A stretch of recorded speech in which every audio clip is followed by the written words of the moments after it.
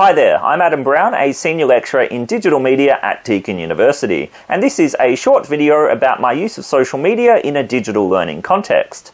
My teaching is based on multi-platform content, delivery and assessment, and in this video I'm going to take you through some of the examples of the ways I use social media, talk about what I've learnt from the process, and hopefully give you some useful advice. The first point that I wanted to emphasize here is that when making content for social media for teaching purposes, you can do amazing things without formal training, professional development, and quite often just using the technology that you have close at hand. For a number of years now, I've been making videos for YouTube, podcasts for SoundCloud, live video broadcasts for Periscope, and many more things. It's not so much about the platforms that you use. Platforms will change over time. Some will disappear and some new ones will come about. My next level up will be to try out IGTV, the new vertical video facility that's been released by Instagram. My background in my university studies is history and literature. There was well over a decade that passed between me making some very amateur videos for some VCE assignments in 1999 to 2000 and when I started to use digital media in 2013. Now I use many accessible, user-friendly, and often free or at least very cheap programs and websites to make and share media. Just how I'm making this video is a good case in point. I'm currently talking to my smartphone using a free audio recording app, and when I make a mistake, I'll go back and edit as I record, so I'll have a full audio file fully edited even before I put it in the video editing program itself. I learn something every time I do something, and learning by doing is the foundation of my teaching philosophy and probably the most repeated phrase that I use to students. It's also the best piece of advice that I can give to you here. As a lifelong learner, I'm always looking to learn new things, just as all teachers should. The only way you can really learn how to use social media, and I'd argue really understand it, is to learn by doing. To explain what I mean here, I'm going to use a clip from my teaching videos that I've used again and again over the years to make this point for my students. You have a wealth of user-friendly and intuitive applications available to you, often directly accessible from your smartphone. And the answer to almost every question can be found by a quick Google search or a YouTube demo video.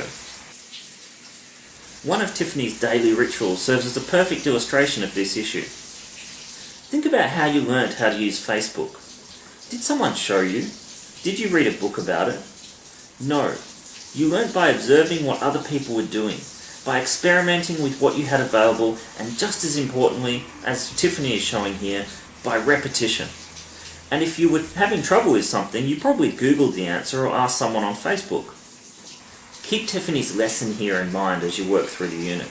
The answer is quite literally at your fingertips. There is no one way to make a teaching video or podcast. In the past, I've made videos for students where I speak directly to them in a kind of a vlog style, and these videos can serve as replacements for lectures or supplements for study materials.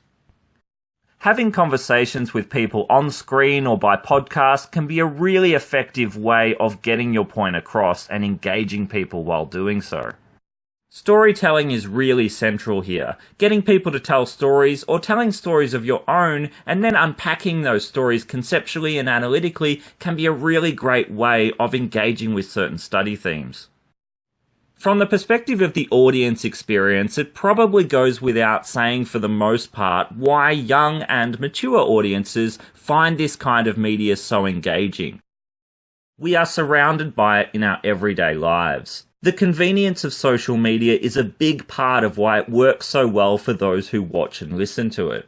But the convenience can also be a really useful thing for you as well. For example, I often use my smartphone to create and share live video broadcasts with Periscope when I've got a few spare moments to make some key announcements or give extra assignment advice for students. The accepted informality of social media means that I can do this kind of thing in ways that I could never do in a lecture theatre or a seminar room setting. For instance, I can make live video broadcasts while I'm out walking the dog and no one will ask questions why I'm doing it that way.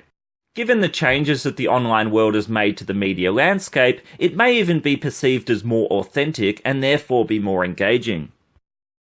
And students who happen to see this kind of media being recorded live have the opportunity to interact with me by writing a comment or question in real time.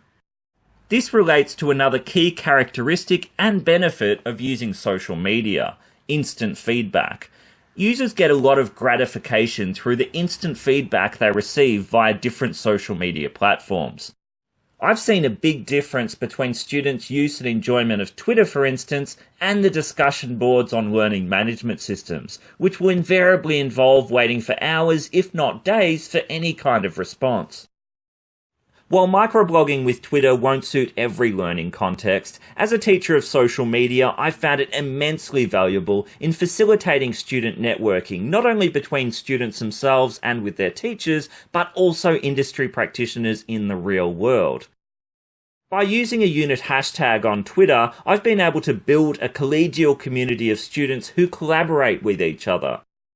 When it's used effectively, social media is social. That's the whole point. Students can get involved and teach each other as much as the teacher teaches them. And in return, students are always teaching me new things as well.